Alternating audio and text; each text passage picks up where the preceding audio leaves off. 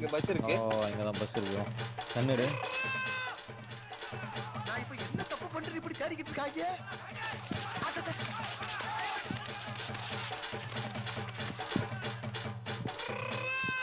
எப்பப்பப்பப்பா லேசா முகத்தை திருப்பி பார்த்ததுக்கே இப்படி கடமாடு மாதிரி ஓடிட்டாங்க.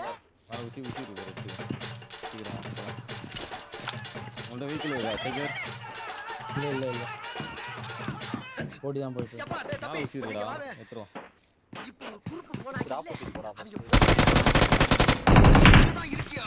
ஏன் நீ எங்க இருந்து வர? அதான் பாத்துறேன். ஏடா சொல்லவே இல்ல. ஆப்போசிட்ல போறா. பாருங்க. கிட்ட போய் கூட